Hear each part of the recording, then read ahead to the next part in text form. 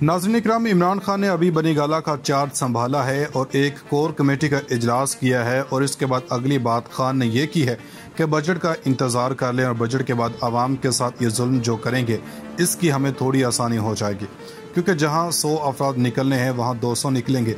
लेकिन असल बात जो खान ने जो नून लीग की कुछ अहम विकटें गिरा दी हैं, आप इस बात पर हैरान होंगे।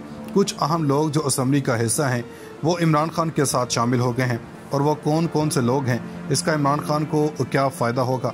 दूसरे नंबर पर चलकर ये भी बताएंगे कि जिन्होंने इमरान खान को गिरफ्तार करना था इनकी टांगें कांप गईं, इनकी मूँछों को बल पड़ गया।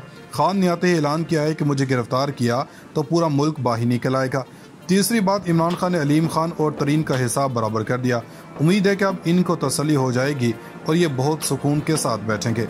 इसके बाद हमजा शहबाज के हवाले से खबर भी आज की वीडियो में आपको डिस्कस करेंगे, मगर इससे भी एक अहम और बड़ी और हसास मामला सामने आया जो हमारे प्यारे नबी सल्लल्लाहु अलैहि वसल्लम की शान में भारत में गुस्ताखी की गई। अरब ममालिक भी जाग गए हैं, मगर हमारे हुक्मरान अभी भी सो रहे हैं, क्योंकि वो हुक्मरान चला गया है जो इसको किसी भी सूरत बर्दाश्त नहीं करता था। अब मामला इस वक्त ये है कि राजा परवेज अशरफ आज से तहरीक इंसाफ के इस्तीफों की तस्दीक करेंगे।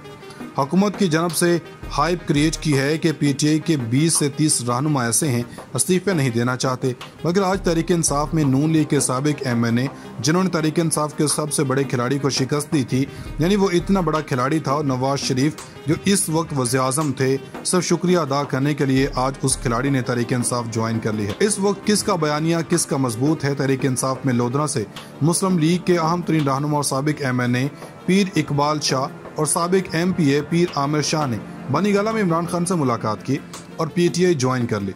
नून लीग को हमेशा हमेशा के लिए खैराबाद कह दिया। इकबाल शाह ने तहरीक इंसाफ के साबिक रुकन जहांगीर तरीन के बेटे को 2018 में इबरतनाक शिकस्त दी थी। अली तरीन के मुकाबले में पीर इकबाल शाह नून लीग के टिकट पर जीते थे और शिकस्त दी थी। अब वो इकबाल शाह बनी गाला पहुंचे और इन्होंने वहां पर खान साहब के साथ मुलाकात की और उम्मीद है वो जहांगीर खान तरीन जिनका हुकूमत तोड़ने और गिराने में अहम किरदार अदा किया था, अब इनका हिसाब बराबर हो गया होगा। अब इमरान खान ने बिल्कुल वही फील्डिंग लगाना शुरू कर दी है और आज इन्होंने कहा है कि ज़िमनी इलेक्शन में भरपूर मुकाबला किया जाए। इसका मतलब यह है कि इस वक्त पंजाब असम्बली में 1 या 2 वोटों का फ़र्क है। अब अगर तहरीक इंसाफ 20 में से 12 सीटें भी जीत गईं तो हमजा शहबाज को ओहदे से हटाने के लिए काफ़ी है। इसका मतलब यह है कि लाहौर हाई कोर्ट ने हमजा शहबाज को ओहदे से हटाने के खिलाफ दरख्वास्त सुनाने से इनकार कर दिया। कल से इनके मामला चलने वाले हैं। अब एक और खबर सामने है कि अलीम खान का हिसाब कप्तान ने कैसे चुका दिया है। अलीम खान इस सारे मामले में बड़ा अहम किरदार अदा कर रहे हैं। अलीम खान का चैनल समा न्यूज़ इमरान खान के खिलाफ बड़ी कैंपेन कर रहा है। हालांकि एक ज़माने में तहरीक इंसाफ की रेटिंग से ऊपर आया था, अब तहरीक इंसाफ ने समा न्यूज़ का बाइकाट करने का बाकायदा ऐलान कर दिया। अब देखें कि हवाएं क्या रुख इख्तियार कर गई हैं। लोग आ रहे हैं, शामिल हो रहे हैं, बजट आ रहा है, जिसके बाद लॉन्ग मार्च शुरू हो गया। अब सुने कि वो राना सनाउल्लाह जो कह रहे थे कि इमरान खान की सिक्योरिटी गिरफ्तार करेगी, जो कह रहे थे कि मैं इसको खैबर पख्तूनख्वा में जाकर गिरफ्तार करूंगा, आज वही राना सनाउल्लाह ये कह रहे हैं कि मैं इमरान खान को गिरफ्तार करने में अपना वक्त ज़ाया नहीं करना चाहता। इनके मुताबिक इमरान खान के बोलने और बाहर रहने से फ़ायदा होगा। कोई पूछे राना से कि आप सच बोल नहीं सकते, राना सनाउल्लाह डर गए हैं। ये सारी सूरत-ए-हाल गले पड़ रही थी। अब ये सूरत-ए-हाल तब्दील होने की बहुत बड़ी निशानी है, जिससे सबको अंदाज़ा होगा कि मामला कैसे तब्दील हो गया। अब एक और मामला है जो बड़ा हसास है। भारत की हुक्मरान जमात को सबसे ज़्यादा एक्सपोज इमरान खान ने किया था, लेकिन वो सियासी पार्टी के एक तर्जुमान ने हुज़ूर सल्लल्लाहु अलैहि वसल्लम के बारे में ऐसे बयानात दिए हैं जिसके बारे में शहबाज शरीफ ने होम्योपैथिक सा बयान दिया। लेकिन अरब ममालिक में शदीद गुस्सा है। कुवैत, कतर और दीगर ममालिक बड़े मुतहरिक हैं। सबसे पहले कतर ने भारतीय सफ़ीर को दफ्तर ख़ारजा तलब किया, कुवैत ने भी भारतीय सफ़ीर को तलब किया और वहाँ पर भारतीय अशिया का बाइकाट चल रहा है। भारतीय हुकूमत मुश्किल में है और बैरून मुल्क में मुकीम लाखों भारतीयों की छुट्टी होने वाली है। आज पाकिस्तानियों के इमरान खान जैसे लीडर की कमी महसूस हो रही है, जो बैनुल-अक़वामी मीडिया में अपनी आवाज़ उठाते थे और न सिर्फ आवाज़ उठाते थे, वो तुर्की और अरब ममालिक को भी जगाते थे। यही वजह है कि इमरान खान के इस अहम बड़े स्टांस की वजह से आज अरब ममालिक बाइकाट मुहिम पर हैं। नाज़रीन, ये पहली बार नहीं है कि अरब ममालिक में प्रेशर बढ़ा है, क्योंकि जब से मोदी आया है वो मुसलमानों की पॉलिसीज रखते हैं और हिंदुत्व की पॉलिसीज पर मबनी है। हिंदुत्व सियासी और सुपरमेसी की आइडियोलॉजी है और जिस तरह इमरान खान ने पूरी दुनिया में इन्हें बैक टू बैक मुकाबला किया। آپ دیکھیں مسکان نے جس نے حجاب کے معاملے پر مودی کو للکارا تھا، عرب ممالک میں یہ کیمپین بھی چلی۔ اس سے پہلے جب مسلمانوں کے ساتھ جو کچھ کیا، اس پر بھی عرب ممالک کے اندر ایک کیمپین چلی۔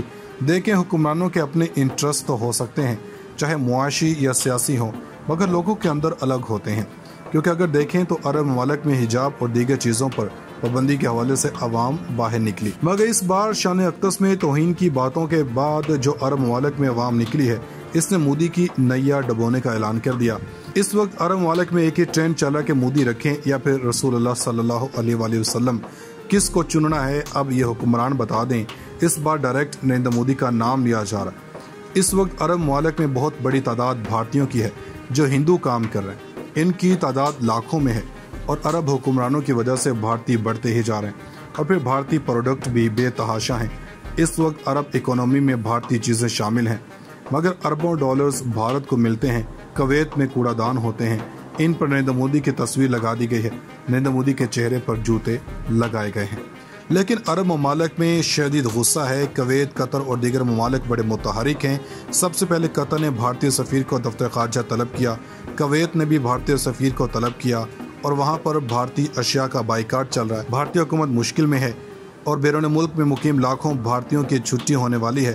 آج پاکستانیوں کے عمران خان جیسے لیڈر کی کمی محسوس ہو رہی ہے، جو بین الاقوامی میڈیا میں اپنی آواز اٹھاتے تھے، اور نہ صرف آواز اٹھاتے تھے، وہ ترکی اور عرب ممالک کو بھی جگاتے تھے۔ یہی وجہ ہے کہ عمران خان کے اس اہم بڑے اسٹانس کی وجہ سے آج عرب ممالک بائیکاٹ مہم پر ہیں۔ ناظرین، یہ پہلی بار نہیں ہے کہ عرب ممالک میں پریشر بڑھا ہے، کیونکہ جب سے مودی آیا ہے وہ مسلمانوں کی پالیسیز رکھتے ہیں اور ہندتوا کی پالیسیز پر مبنی ہیں۔